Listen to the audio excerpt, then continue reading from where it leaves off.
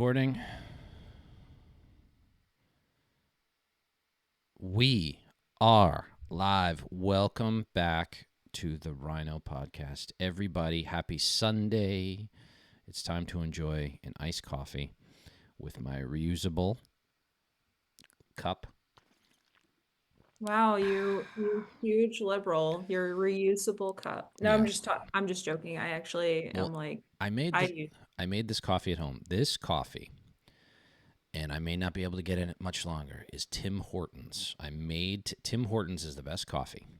okay. And when people ask, what has Canada ever given us? And I'll say, fucking Tim Hortons is fantastic. It's better than Dunkin'. It's better than Starbucks. Go to the supermarket, buy it, try it. You will be saying, oh, Canada, and be super upset about the tariffs. I don't think I would ever be singing "Oh Canada," but I believe you because Tim Hortons is very good. Oh, it's so good. It's just the coffee's so smooth. It's, Yeah, yeah. Tim Hortons is pretty good. I And like their donuts too. When I actually go up to Canada, yeah, they have good donuts. donuts They are have good pretty. everything. Their donuts are on par with Krispy Kreme. Agreed. Because Agreed. if you know, because we live in Massachusetts where Dunkin' is king, Ugh, it should be Dunkin's dethroned. Dunkin's donuts are not really that good. And any Dunkin' lover will tell you that. Okay. Um, Now, what I'm about to say would preclude me from ever getting elected for office in Massachusetts ever again. But Dunkin' is trash. okay, Dunkin' is trash. so Dunkin' Donuts is wow. trash. I'm sorry. The You take coffee. a more hard line than I do. I just don't really like Dunkin' and like I'm a Starbucks girly, and so like I go to Starbucks every day, and that is well, one of many bougie things I do. But yeah, no, I'm just not a Dunkin' person, and I don't even know where Tim Hortons is in They're Massachusetts. not. I already looked. They're down Okay. in they're in New York. So Tim Hortons. Wow, not even in Connecticut. There Okay. might be one in Connecticut, but there's Dunkin' Donuts in. I'm sorry. There's Tim Hortons in New York. Uh, the donuts are better. The coffee's better. The donuts are better at Krispy Kreme. The coffee's better at Krispy Kreme has great coffee.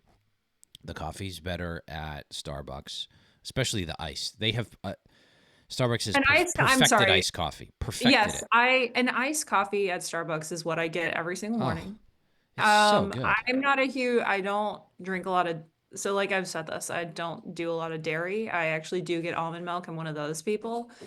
I get a Yeah. venti. Oh, whatever, Come Jeff. on. Um, Almond milk? whatever.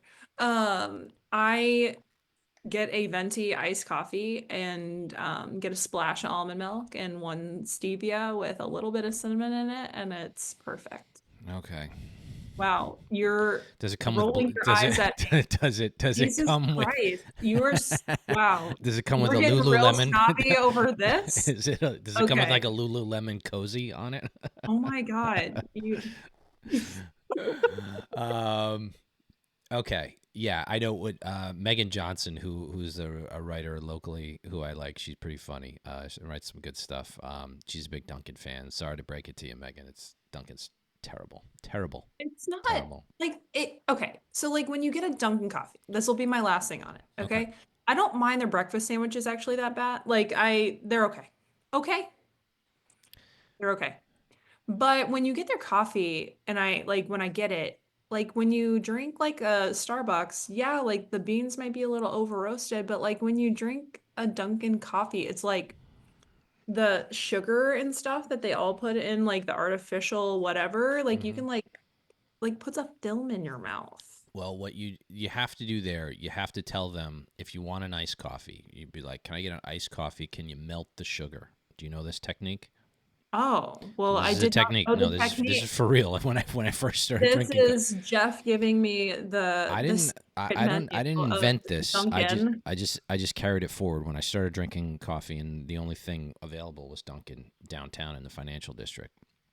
So you get the That's melted where sugar. So what they do is they take that's where I go get my shoes all done. yeah, but you The take your financial district. yeah, you take a spoonful or two of sugar or stevia or whatever you need, and you put a little bit of hot coffee in it, and you swirl it around, and you make a syrup, and then you put that syrup into the iced, already chilled coffee. So it's like it dissolves all So if the I sweetener. say, wait, what do I have to tell the people? Melt the sugar. Melt the sugar. Melt the sugar. Yeah, I don't put a ton of sugar in my coffee. I Be actually like, don't. be like Wait. iced coffee. I would be like, my order would be like iced coffee, black, 2 sugars. Can you melt the sugar? They should know what that means. So when I go to Dunkin', I really only get like I'll get a medium coffee, a little bit of almond milk, and then like I'll get like one of those sugar-free hazelnut flavors, and I say be light on it so it doesn't Well, that's overpower. just those are the pumps though. Those are I'm different. sorry. My cat is being a psychopath on the table right now. Hello, introducing. This is my cat Minnie. Hello, Minnie. She's a little chaos agent. But yeah. Um, anyway, yeah, no, okay. I like that we opened up this Yeah, podcast and episode with and our before we get yeah Massachusetts takes on politics and coffee because I feel like you had a pretty controversial take here. yeah, I'll tell you, Mine's not McDonald's controversial. coffee is better than Dunkin'. 7-Eleven coffee is better than Dunkin'. Wow, 7-Eleven coffee is actually quite good. you're actually going harder than I Yeah, thought you would with this.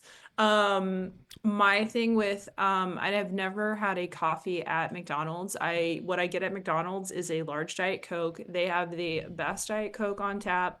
yeah, it's good. Um, and when you get it, you just like you take that first sip and it's like crisp and it's like yeah, it's just amazing. They have a deal. Coke has a deal with McDonald's where they do extra service to keep it super bubbly, and they clean the tubes, and it's like, Oh, yeah, when McDonald's and oh, Coke are, because their businesses are very much inextricably linked. The only coffee that I say that I found that is worse than Dunkin' locally is there's still a few places. Pete's coffee, which I don't like, and wow. Okay. I mean, then I feel like Pete's like over roasts their oh, coffee. it's Like, and when burned. people It's really gross. like it, I'm like, No. and here's my other kitty being a little chaos agent. This is Wink. Hi, Wink. He looks like Batman. All right, enough about Anyway, coffee. yeah. Yeah, no, um, that's starting off the podcast with the true controversial issues of Massachusetts is well, the ranking of coffee places in I'll the put state. it. Well, the true controversy, which we might as well lead with this. Let me pull it up here. Let's see here. Trump, Pope, Oh God. meme. Okay, so let's see here. Where's the media? There it is. Show me the picture. I'll put it on screen. By now, all of you have seen this picture that I'm going to show on screen. That Donald Trump posted. I think this is from Truth Social. He didn't put it on Twitter. Where an AI image of him in the Pope's outfit. I I laughed. I laughed. chuckled.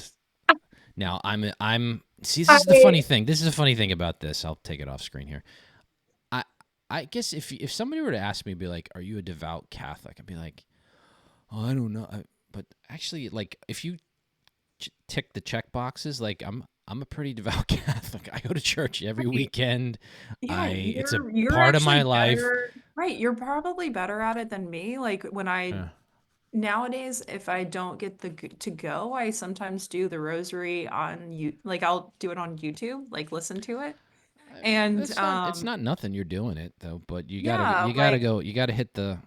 the rosary was Yeah. like a big thing with me and my mom. And so I'll do it on YouTube when I like in private because I feel like religious stuff is super private to me.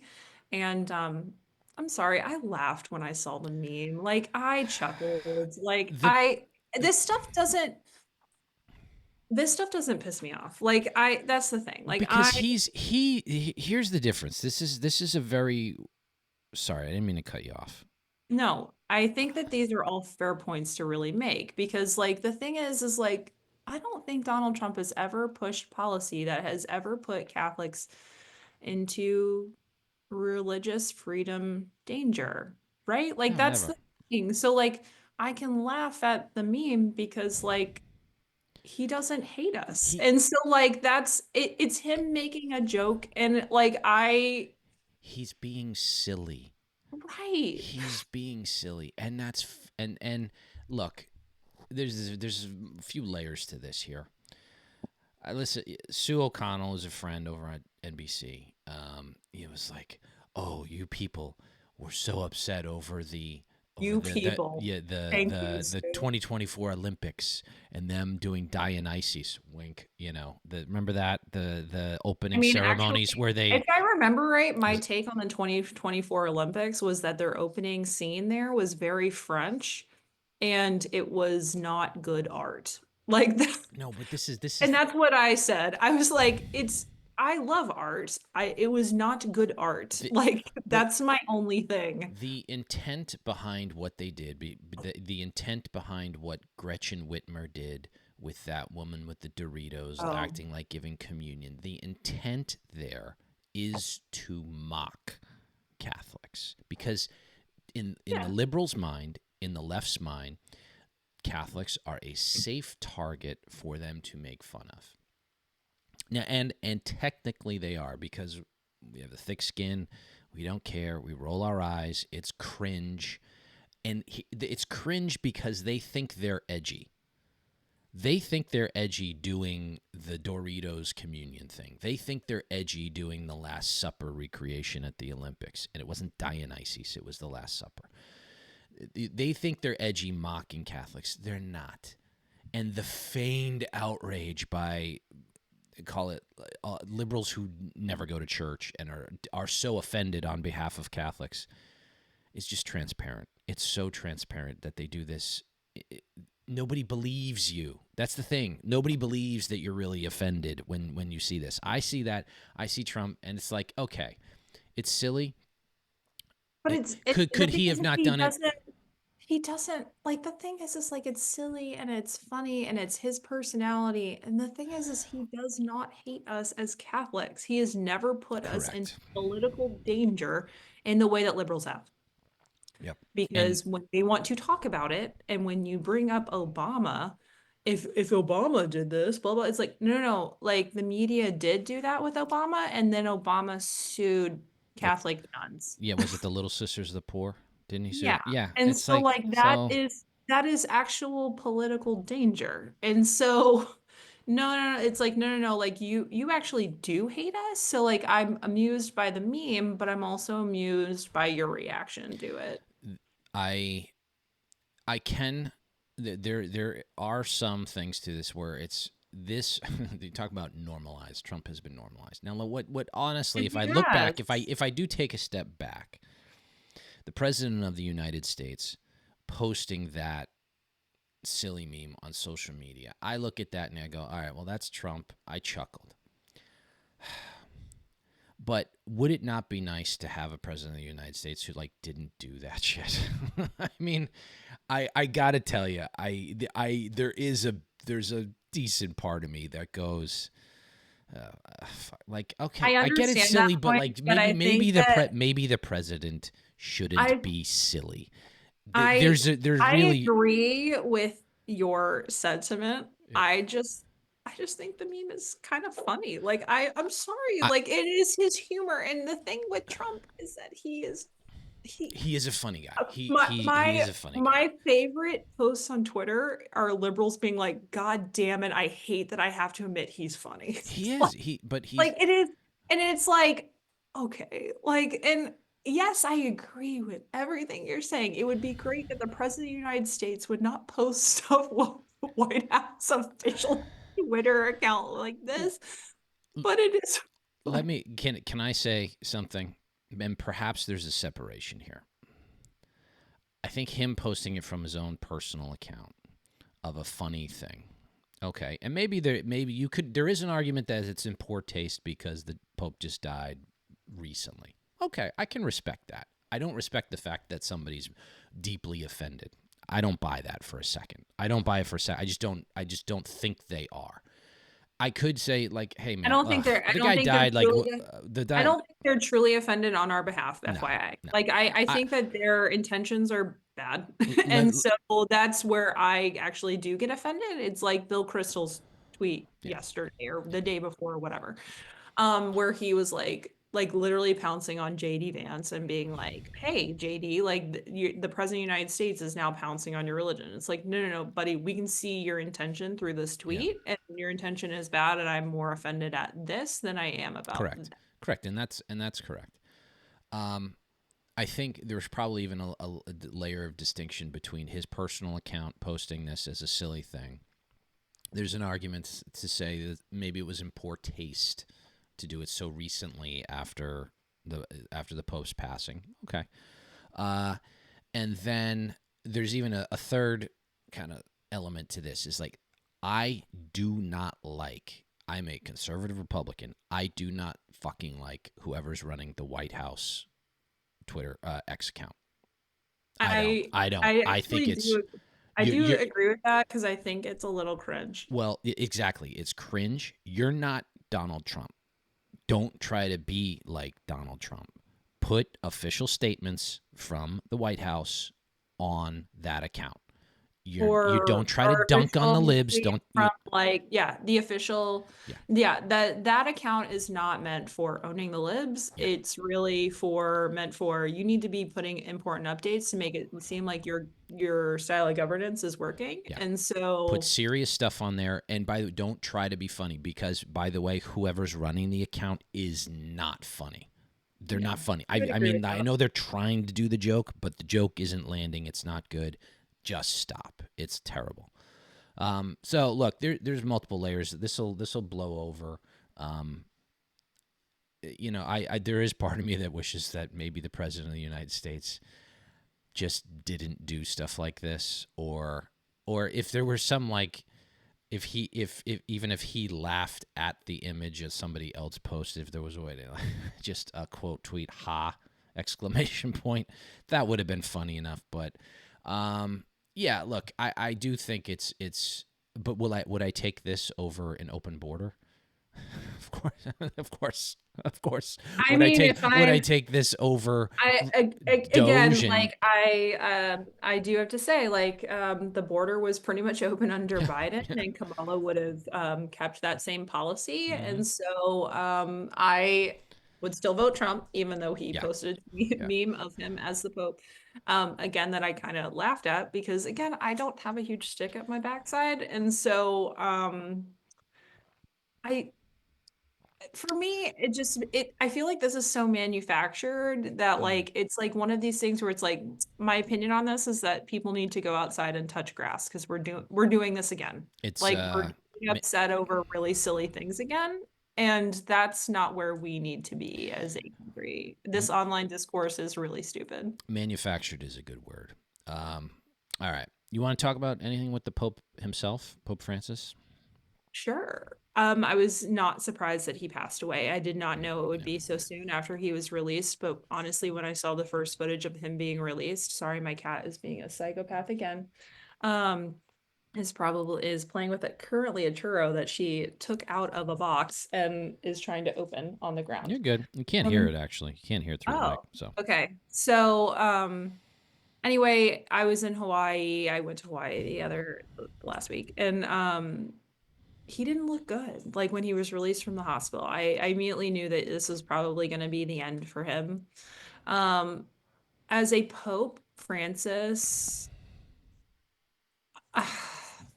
I went to Catholic school for 13 years, and when I went to Catholic school, I was not really a huge fan of the Jesuits. The Jesuits is a religious order that's usually pretty progressive and liberal, meaning that they stand up really hardcore for social justice.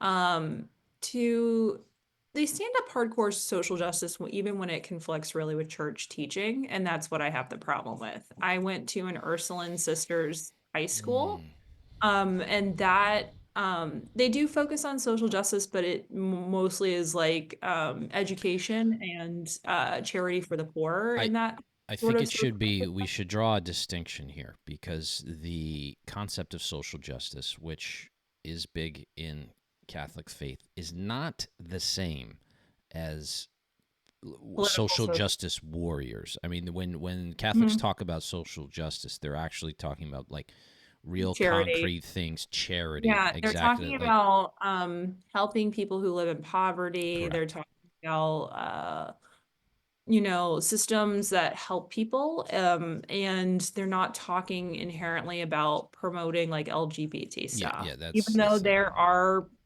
people in the church that are doing that. So I just the distinction needs to be made. Francis isn't Francis himself, and I will say, I went to Catholic school for 13 years. I grew up in the Catholic faith.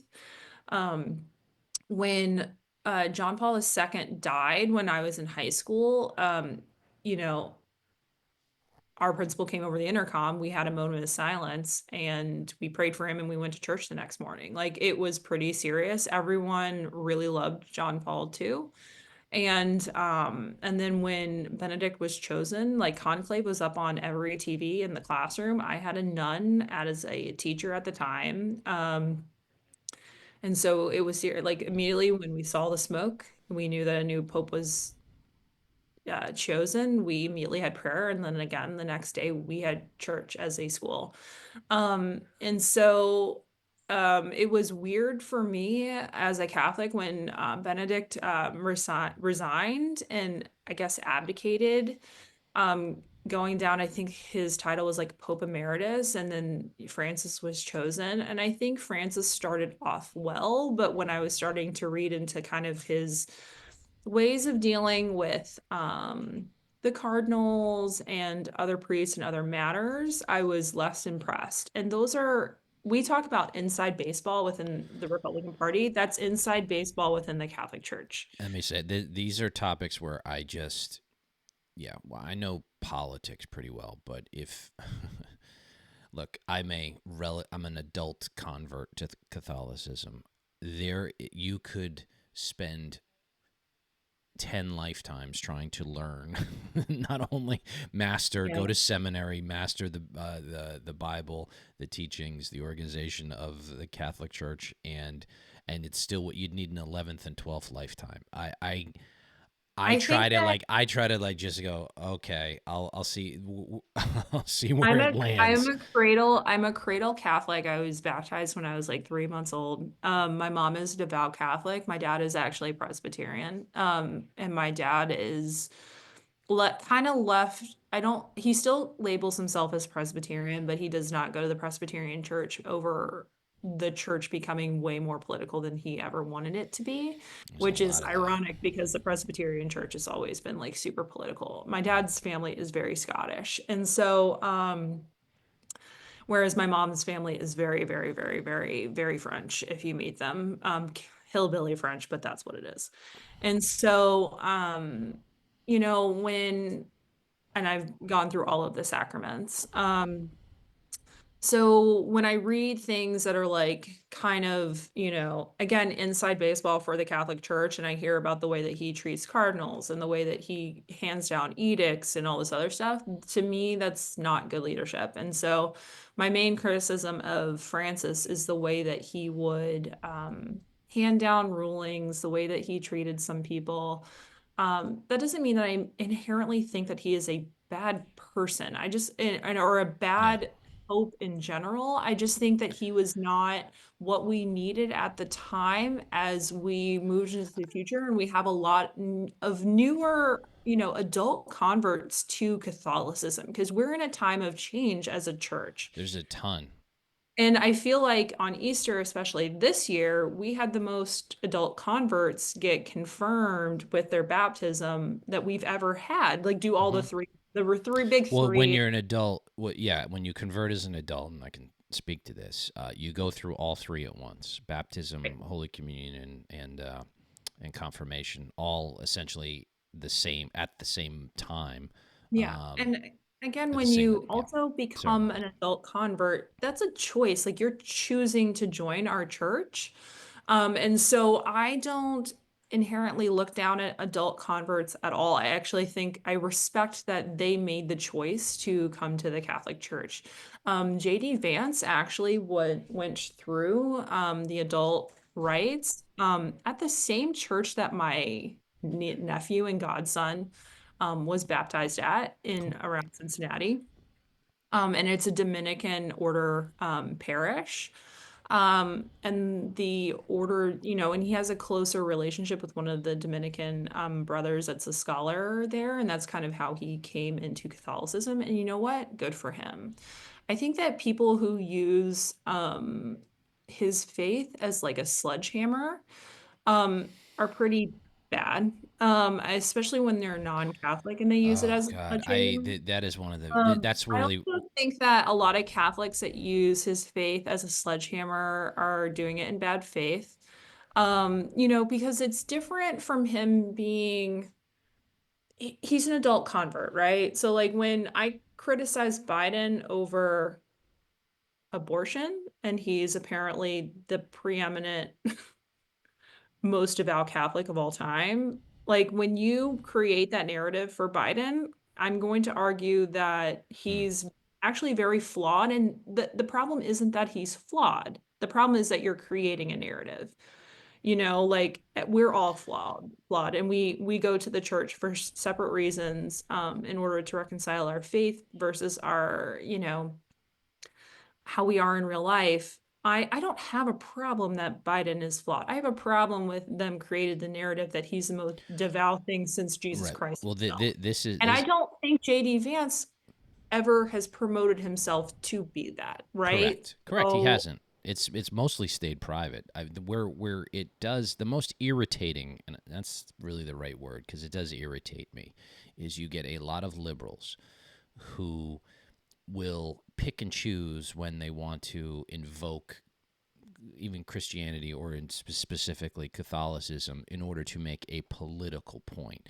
And you get a lot of this in the Northeast, right? So in the Northeast, you get a lot of liberals who might have been raised Catholic, went to Catholic school, and then, went to college and I went to reject. Catholic school, but Uh, I married into the yeah, Unitarian whatever. Yeah, Church of but they Natick do or it. whatever. That's not even real. I'm But I'm just saying it's like they're like not even Catholic anymore, and they think that correct. Well, basically are the Pope on dogma. but they use the family that they were raised in and the faith that they were raised in as a cudgel to hit back against it and say and have some sort of false authority over the subject that they're talking about. Like you see this, and I see it. I won't. I hate it. It's Yeah, usually, again, it's white liberal women, weird artisanal jewelry, yeah, very bizarre glasses, typically gray hair.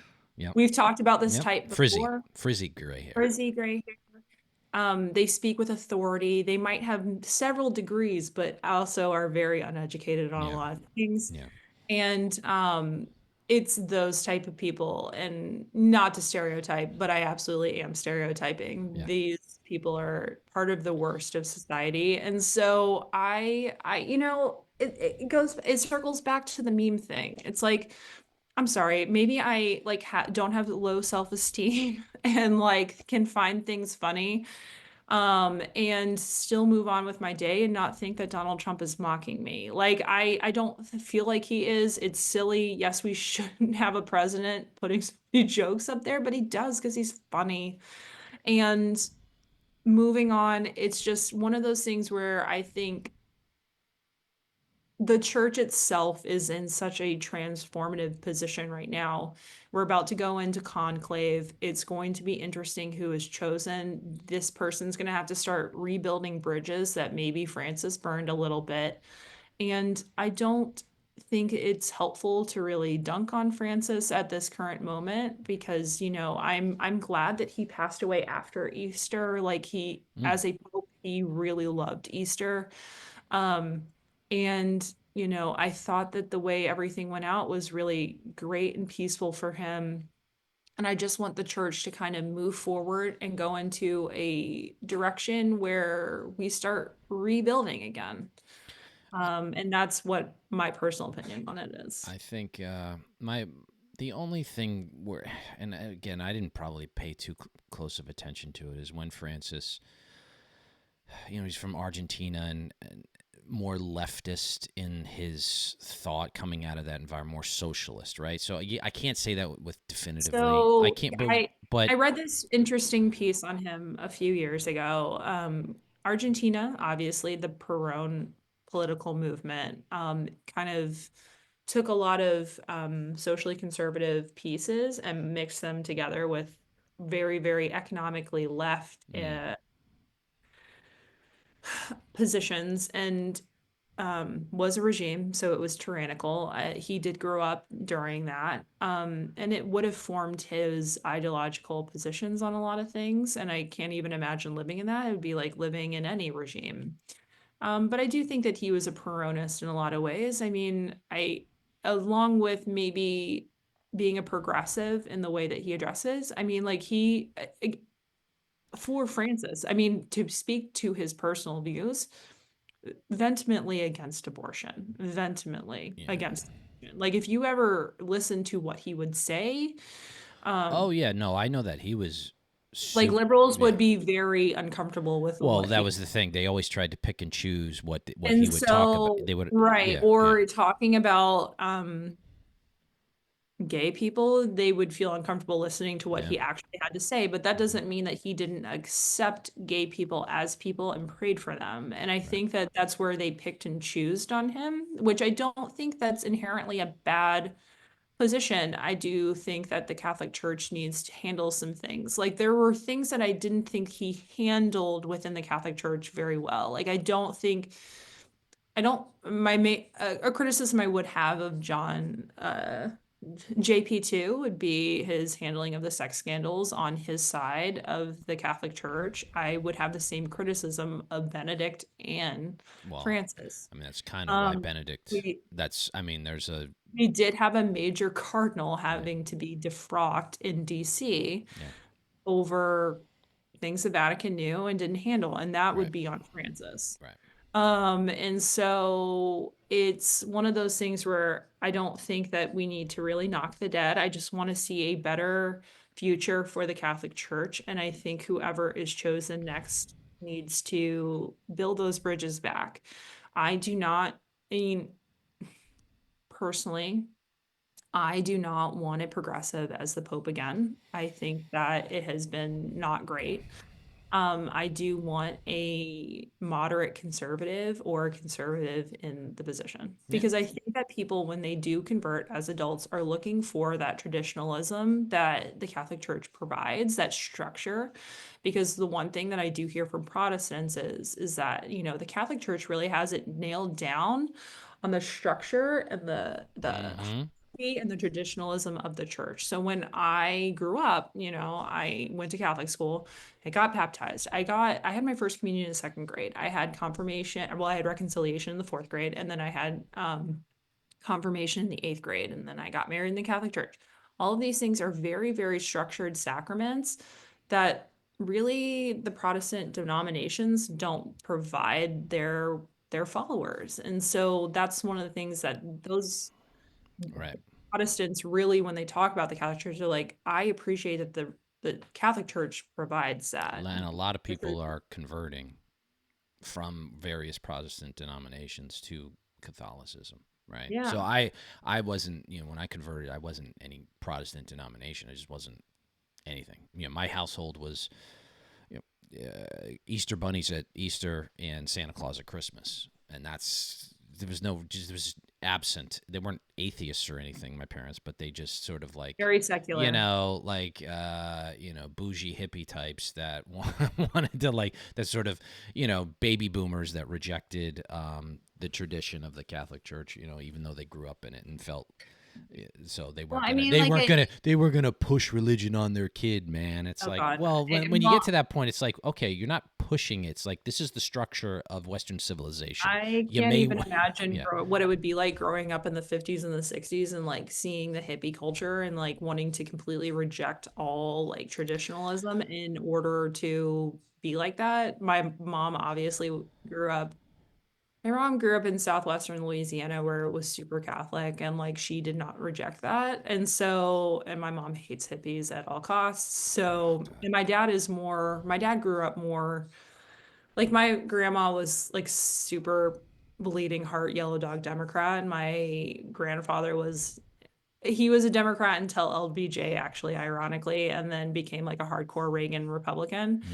Mm. And so, yeah, like my dad's family is more agnostic and secular actually than my mom, and my mom is more devout religious. And so I think that goes back to kind of how their Protestantism works versus like my mom's Catholicism. Like Catholicism does provide that traditionalism, whereas my dad's family started out really, really Presbyterian, and then like a lot of my cousins have offshoot into like Anglicanism and other denominations, and they don't have that same relationship with religion as my mom and me and my sister do. Yeah. And my dad even goes to the Catholic, like my dad never converted, um, but he does go to mass with my mom Yeah. and he like it. Like the thing is like he likes the structure. He Yeah. used to actually be a teacher in a Catholic school, so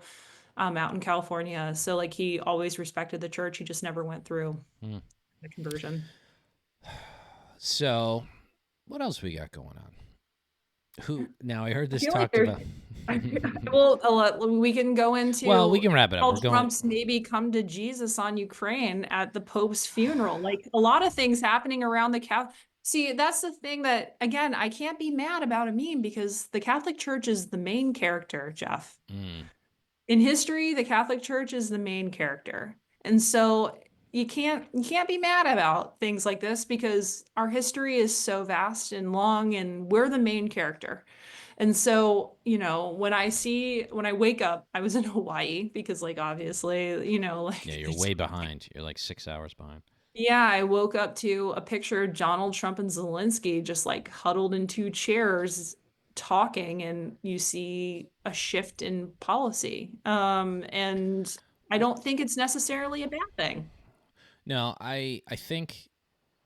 Look, the conspiratorial mindset on the left was like, oh, Donald Trump is a sock puppet for Russia. It was always nonsense.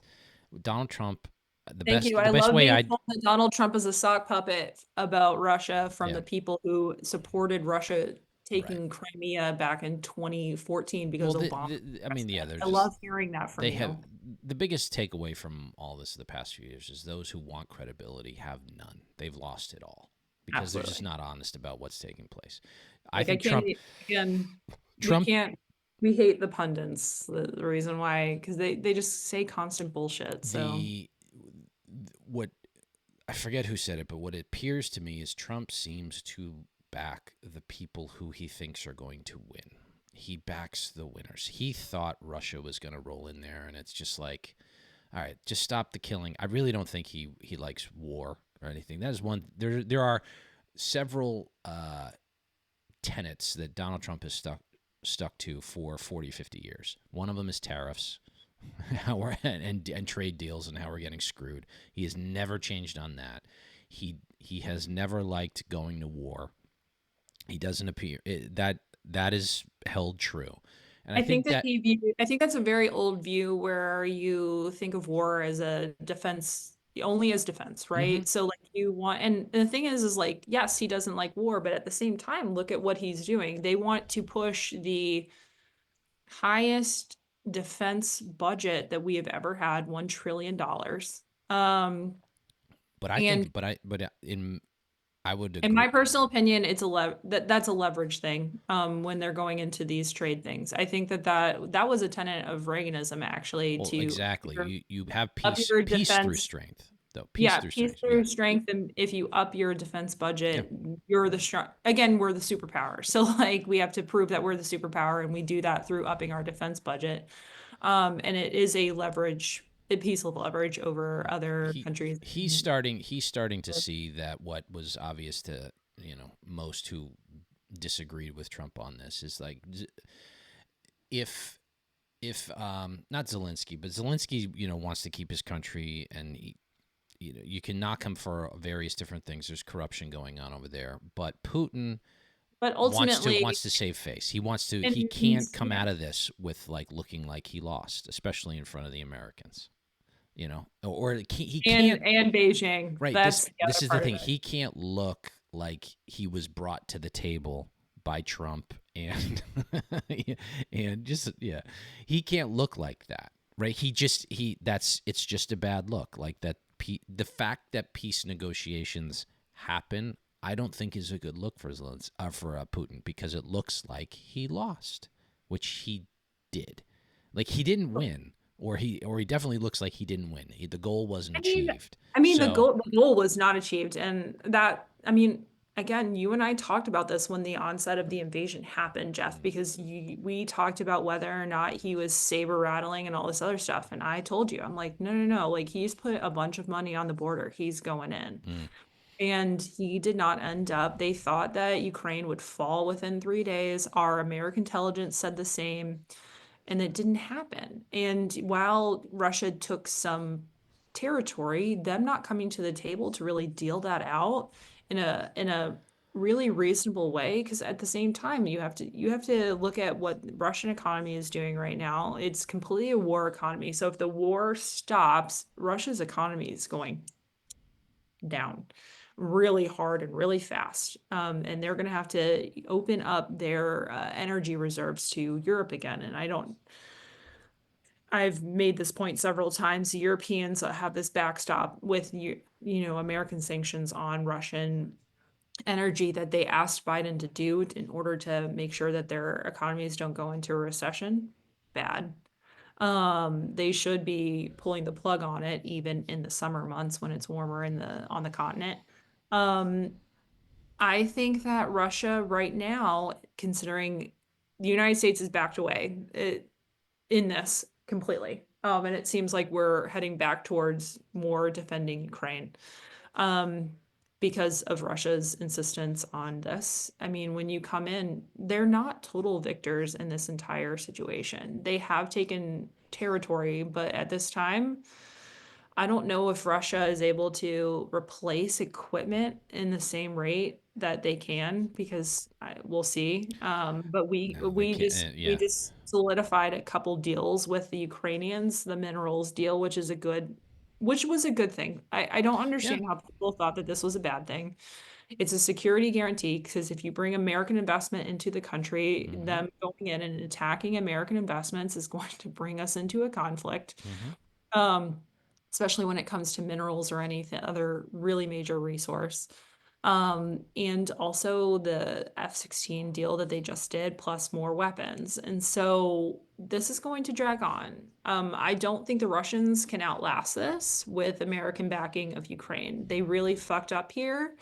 And that is really Putin's fault. I Yeah. don't know what the future is going to bring. I am glad that Trump and Zelensky had a meeting on their own and were able to speak at the Vatican. What a photograph that Yeah. produced. Right. And I hope for the best in all things. He's the president of the United States now, guys. I think cheering for him to fail is bad. I Mm. think that I thought the same thing with Biden. I didn't cheer for him to fail. I Well, criticized his policy because, again, I'm a proud, th- th- patriotic American. so Um, so this, I think, will bring. This is a good segue into like what I think maybe the last topic here, right? There are people out there that are actively cheering for, we'll call it like a recession right now. Like they want, like, because they know that it largely recessions comes are down to really the, but recessions are really bad, guys. I don't yeah, but either side. I don't cheer for a recession as a means of economic recalibration, I guess. I don't cheer for recessions at all. I try to, I don't cheer for economic well, downturn. they want, but there are many who want it to happen because they want to damage Trump. Now, But with the that tariff, said, but the the but tariff things I disagree with, yeah, right? If because they they were would. more targeted towards China for specific reasons, I would have been more on board. I don't like over tariffing the Europeans, even though you all know my major criticisms of the Europeans. I've been to Europe several times now, and I get it. It is unfair what the Europeans do. You do not have to convince me or sell me on the thought of that. At the same time, with the tariffs, I wish he just came out swinging and like been like, no, we're targeting China because this is unfair. They I have like hardly any imports other than food to mainland China from the United States of our goods, Yeah. and we're going after them for X, Y, and Z. No, what they've done is they've put reciprocal tariffs with a weirdo formula that they ended up changing and put them on all these other countries. I don't think that that works. I also think that the Treasury and Secretary Bessent needs to start showing that they're making a lot of progress on these trade deals. And I think that he is with at least, India. Um, I think that I guess when the Trump administration started, I guess their ultimate viewpoint was to see if they could wedge out the relationship between Russia and China right now, because the China and Russia, Moscow and Beijing, this is the closest that they have ever been in probably my lifetime, because they did not get along when they were both truly Marxist countries. Um, and I don't think that that's working, but at the same time, I think that we really needed to isolate China. There was some signals this week that China is cracking Yeah. on these tariffs. Because again, we can talk about China's economy all day long. Well, And people, this when is this originally happened, let me get out this one point. sure. When this originally went down, people were like, well, China will beat the United States. China will beat the United States. I'm sorry, an extreme command economy can never beat the United States. What we're doing right now with tariffs is not an extreme command economy based on the entirety of our economy and its size. What China does is an extreme command economy. First of all, people who believe the data, the economic data that comes out of China, yeah, you need to maybe consider purchasing oceanfront property in Nebraska. Yeah. Like, you're an idiot. And on top of that, like, they cannot handle sitting on inventory that they produce that is supposed to come to the American consumer. Because the one thing that you can say about Americans is that we buy the dumbest, Mm. cheap bullshit out of China through Amazon, through Shein. I hate Shein, through Temu. Like, I hate these, like, I don't totally hate Amazon, but I do hate like Shein. I And don't even know what that is, but go okay.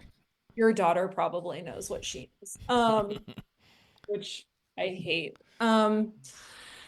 But anyway, I just think that China's showing cracks. They cannot Yeah. sit on inventory. Like it's like the same with the pandemic. When we had supply chain problems, because of the pandemic, um, they just can't sit on inventory. They need to sell the inventory. If they don't sell, and Europe is not coming to their rescue. Yeah. Europe, the The, one thing you can bet on is European racism. And so they are pretty to bad over be there. quite Well, honest, and I think that that is one of the major players the with them and their economic the deals. Chinese. This is the thing. They're because the left leaning press in the U.S. is so sympathetic to Chinese and they love the command economy over there. They don't understand that it's like you said. It's largely bullshit. And I mean that. Like they just copy things. They see, oh, well, building things is good, so let's go build things. So they build these ghost cities. Making things is good, so they just produce a ton of steel, of commodities, of whatever. And it's always without being again just some communist party leadership decides to do it instead of the market driving it.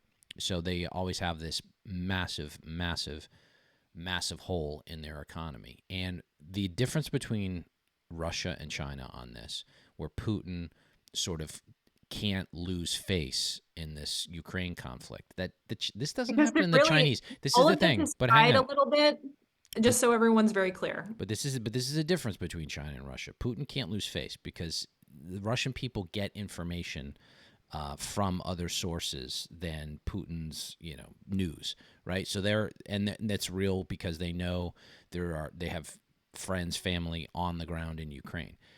China, I would be surprised that the average Chinese person even knows that there's a trade war taking place because they have their information ecosystem so locked down. So if the Chinese were to cave on Trump's demands, I don't think your average citizen would even know the difference. They do know the difference in the economic impact in their everyday lives, and maybe rumors can percolate throughout their country. But they can just like Z could turn on a dime and go, okay, sorry, we won't, we'll do whatever you want or half of what you want, and then it could go away and there wouldn't be that many effects. So, all right. Happy Sunday, everybody. Happy Sunday. We're gonna have weird weather this week in Yeah, Massachusetts. it's gonna It's gonna be be it's gonna be super cold rainy. and rainy and gross because that's what happens. Well, actually, that usually happens on the weekends here, but now it'll be and it's bright Very and true. sunny during the week, so maybe it'll be flip and we'll get some nice weekends. Anyway, head on over to patreon.com/Ronapod, only $1 a month. I'll put some episode we just did up there about inside machinations of Republican Party in Massachusetts. And as always, we appreciate your support over at patreon.com/rhinopod, only $1 a month. And we'll try to get back with an episode soon on all the happenings that are going on here in Massachusetts. Until next time, bye bye. Bye, guys.